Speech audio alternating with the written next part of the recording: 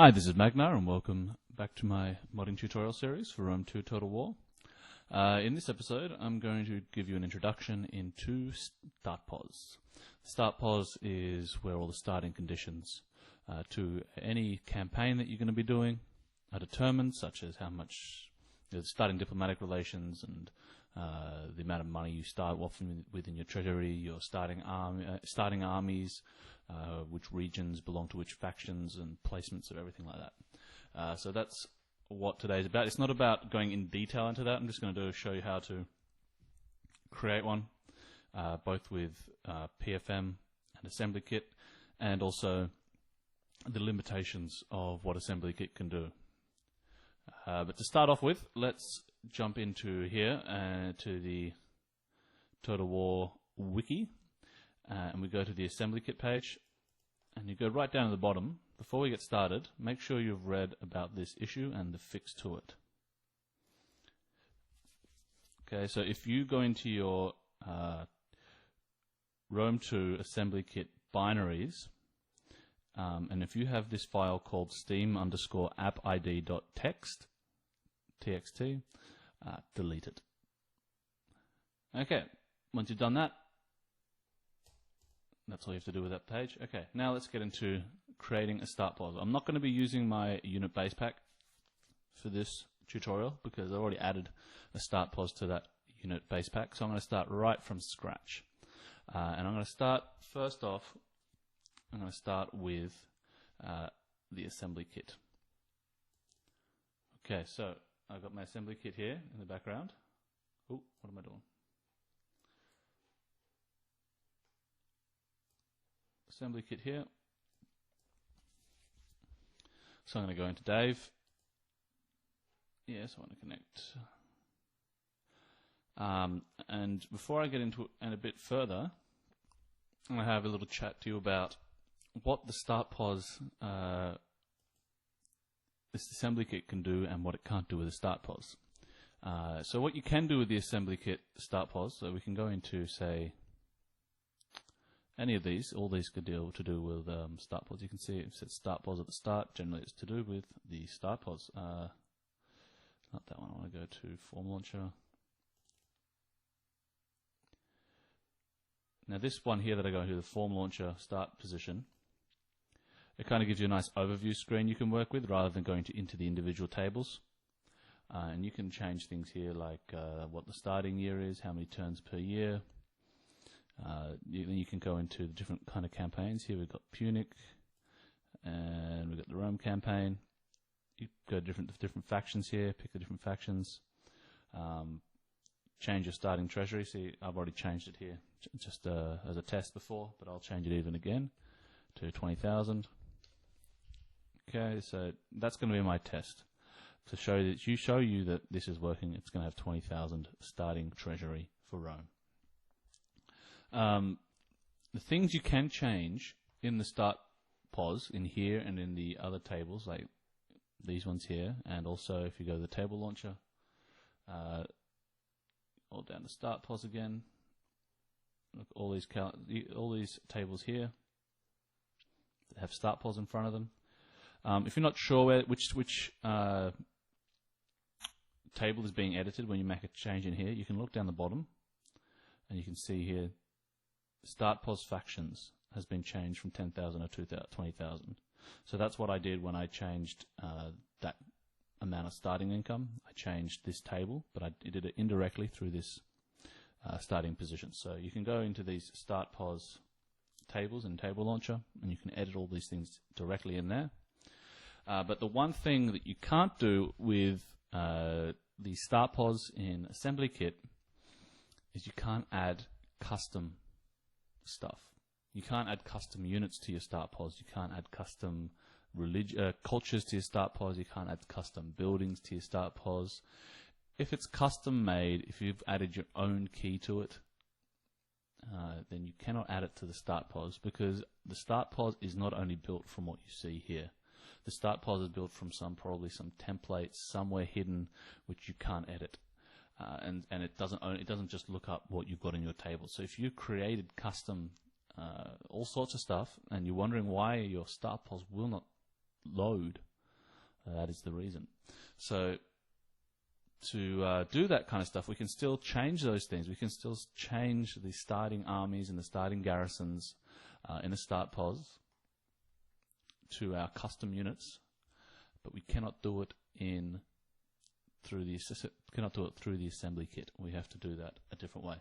But let's get to that later. So if you're just changing things with the values which are in the vanilla tables, which means you can change region ownership and move characters and all this kind of stuff through assembly kit, which is great.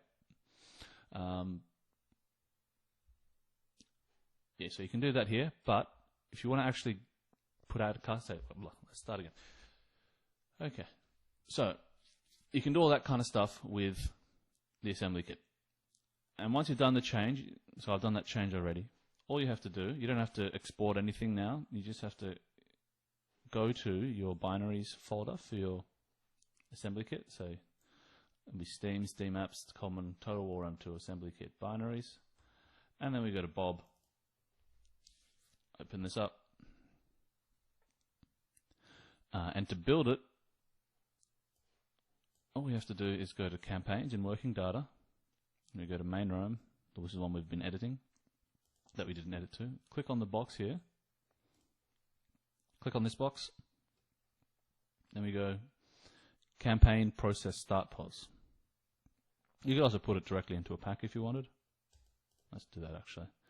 Okay, so the difference is if I do this, the campaign will be generated and it will be found in my working data folder in this directory, campaign, working data, campaigns, main Rome, and then there'll be a Startpos file there, which can then be added to a pack.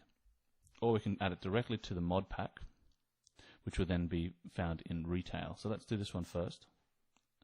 So once you've got that selected, you can see that the retail data box is ticked, and it means that it will be found inside the pack in retail. So let's start. And it shouldn't take too long, but it will start up your game. Don't freak out when this happens. So it's going to be doing it pretty soon. It's going to start up Rome 2.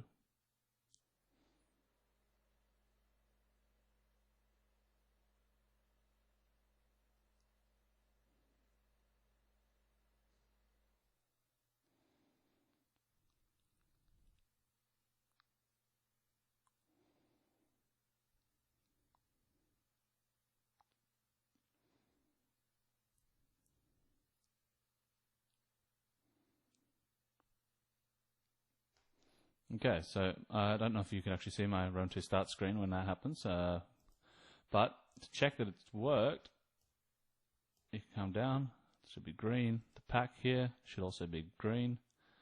Okay, so it happens pretty quickly, and then that's all there is to it. So now you can exit out of that, and you can go find that Startpos in the pack we just put it in. So we're in binaries here, we're going to go back up to assembly kit, we're going to go to retail, data, there's the mod pack. Now let's open that up.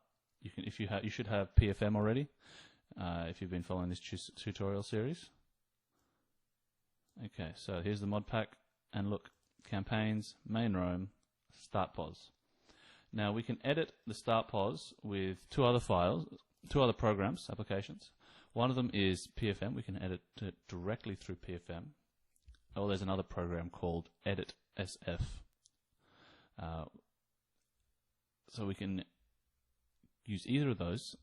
You don't really need Edit SF because you can do all the same stuff you can do, just do it through PFM. So if you don't have it, don't worry, just use the pack manager, pack file manager, and that's what I'll be using through this tutorial.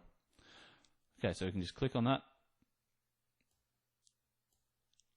and you can see the Startpos is here. Now the Startpos is a file directory, which just but it doesn't really tell you what things are. It tells you what the data type is for different tables, but it doesn't tell you what they actually correspond to. You just kind of have to know what it is or test it out.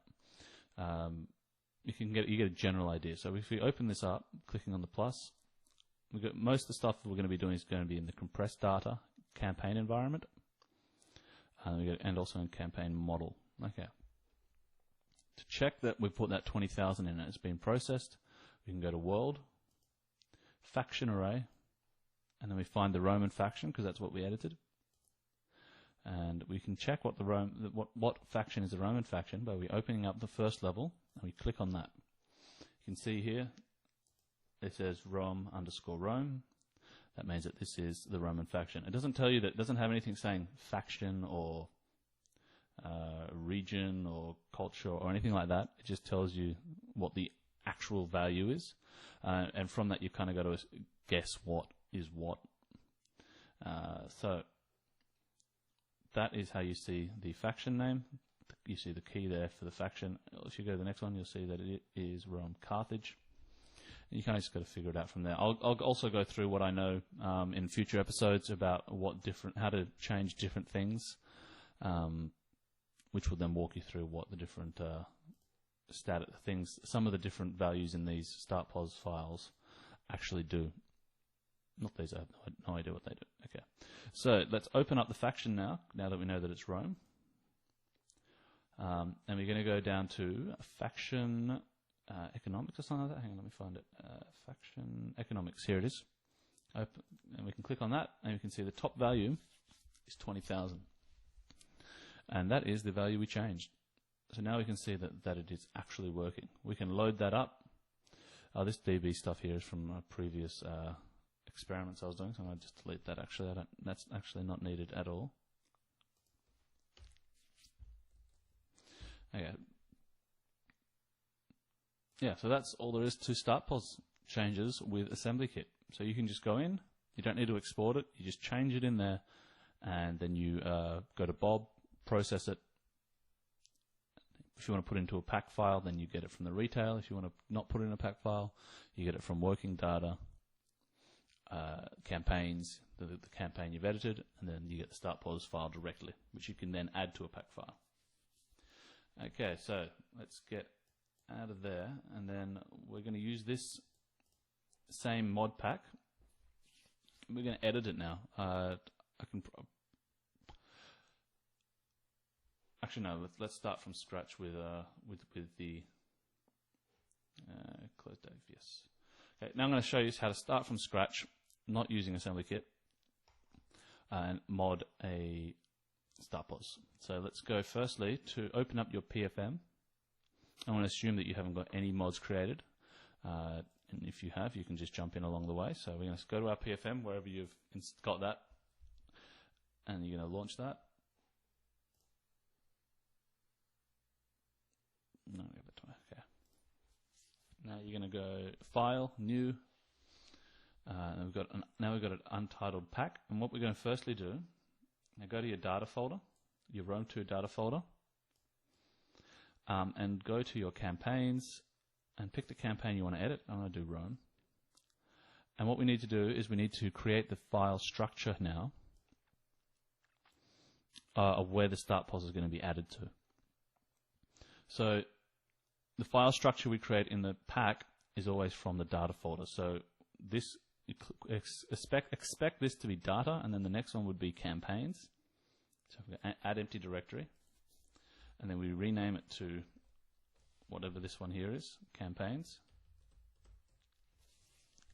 And we'll add another empty directory, and we'll call it just like it is here, main Rome, main_Rome. Okay, and now we're going to add a file to it. So we're going to add files, and then we're going to go to our wherever we've got our Startpos. So you go into your Rome data folder first, then your campaigns, main Rome, and we get that file. Open, and it should appear green like this. Then we save it, and let's save it somewhere. I'm going to save it in my tutorial folder where I've been saving everything. And I'll call it Startpos_introduction. Okay, and save. There it is. Now, to edit the Startpos here, if you're using Edit SF, it looks exactly like this part of the PFM window. And you can do exactly the same thing, exactly the same way. So yeah, it's up to you if you want to do it, edit the Startpos directly and then add it to the pack later, or you want to do it straight through the pack. It's completely up to you. as I said earlier. So let's go in and we're going to do something a little bit different. Okay, so we're going to add something which is custom. We can still do that same change as we did in the okay, where is it? So we can still do the same change as we did here. So the starting value is 4,000. We can do the same change as we did in the assembly kit and put 20,000 in that, and it goes red. And then we click out to save it. We click somewhere in here, and we wait a little while, and this whole thing here will go red.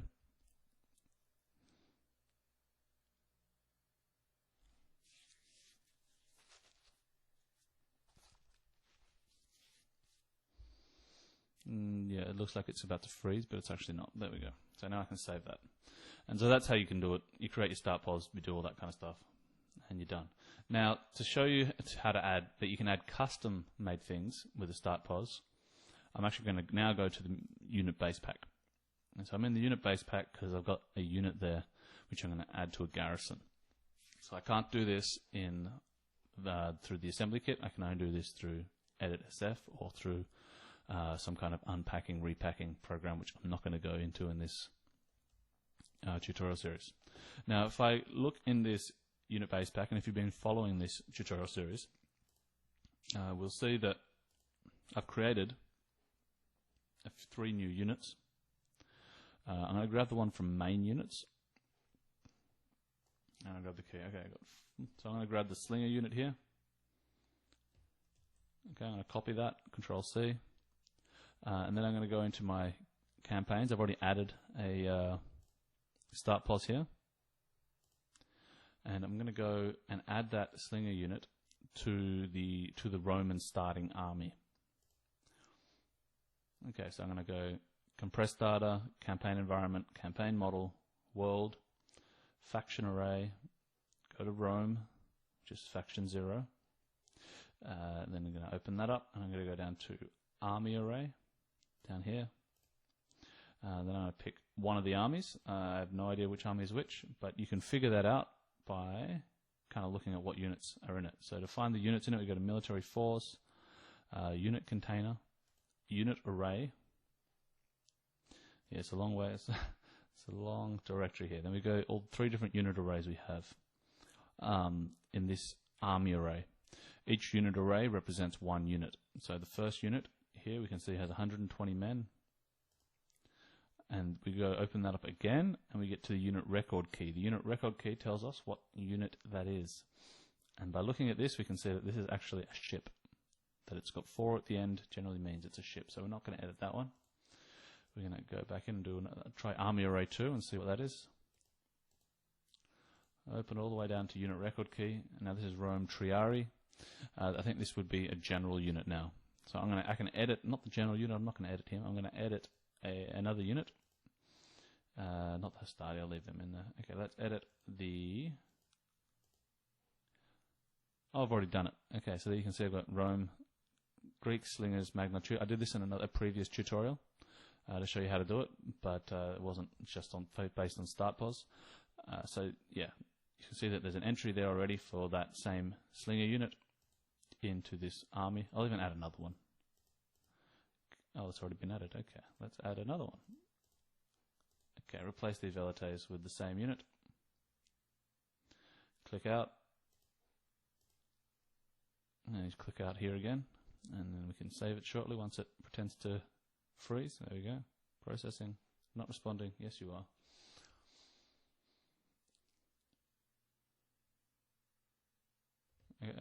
Come on.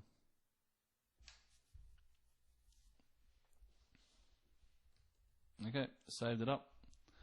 And now we can load up this pack and check out the army. Okay, here we are in the campaign. I had a little problem with that, the tutorial pack that we've been building on. So I've kind of reverted back to an older version and updated the Startpos because it was an old Startpos in there as well. So I've updated it to the latest Startpos. I couldn't quite find the error in the pack, so I've kind of gone back to the beginning, to a pack which I knew which worked, and yeah, I'm going to be working from that in future now, and I'll be testing after each episode, so I know that it actually is working. It could have been something which is updated, which I didn't update. But there's so many files in there, it's going to take me hours to find if I do it, so I'd rather just move on. So anyway, I've done exactly the same thing, or very similar thing. I've taken, but it's a different unit now. I've taken a different unit and I've put it into an army, and you can see the units are here. There's no text on the units. I haven't, because the pack I'm using now is gone way back before I put text to the units, but they are the 2 units that I have added to this Startpos, and you can see them there in the army now. So that's how Startposes work, and yeah, over the next, well, there'll be quite a few episodes in the future showing you how to do various different things with the Startpos, because you can do quite a lot with it. So stay tuned, and I'll catch you next time.